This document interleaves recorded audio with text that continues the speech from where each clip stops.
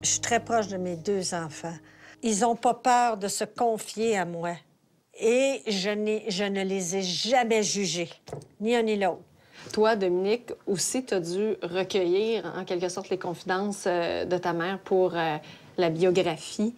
Comment tu as vécu ça? Ça doit être vraiment douloureux, par moment, de revisiter un passé comme celui-là. C'est sûr qu'il y a 2, 3 événements qui étaient difficiles à entendre, puis difficiles à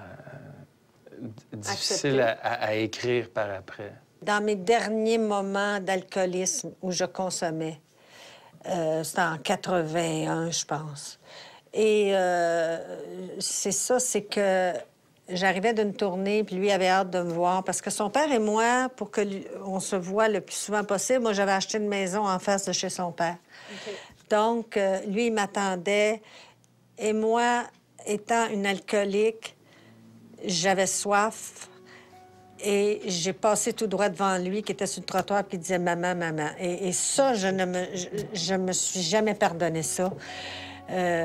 Aujourd'hui, oui, là, mais ça a été très long avant que je me pardonne ça. Il y a eu des moments très durs pour vous à travers les années, puis en plus de ça, vous l'avez vécu dans l'œil du public. Oui, il y a eu des moments qui étaient tellement spectaculaires, comme le suicide de mon conjoint. Écoute, moi, je voulais pas en parler, mais écoute, c'était tellement gros que, finalement, je veux dire, on en a parlé pendant je sais pas combien de temps. Il y a beaucoup de gens qui m'ont dit « Comment t'as fait pour faire des spectacles dans l'état où tu étais? » Moi, je veux dire, mon conjoint s'est suicidé un mardi, puis jeudi soir, j'étais sur scène. Non. Il n'y a pas un chat qui savait qu'il s'était suicidé. Je suis arrivée sur scène comme un zombie, et tout ce que je leur ai dit. Je leur ai dit. Et avant même que je commence à chanter, les gens disaient « On t'aime, on est avec toi, continue. » Est-ce qu'on guérit quand même d'un chagrin d'amour comme celui-là? Non. Ça a l'air drôle, là, ce que je vais te dire, mais c'est devenu plus doux. J'ai fait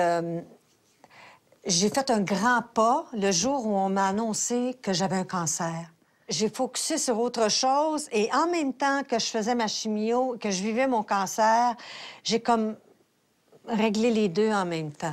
Je suis pas la personne qui va dire pourquoi la vie s'acharne sur moi. Je vois beaucoup plus pourquoi moi je m'en suis sortie, pourquoi moi je suis guérie, guérie en rémission, puis que tout va bien, puis que l'année dernière, à pareille date, je pensais même pas que je redeviendrais une personne normale.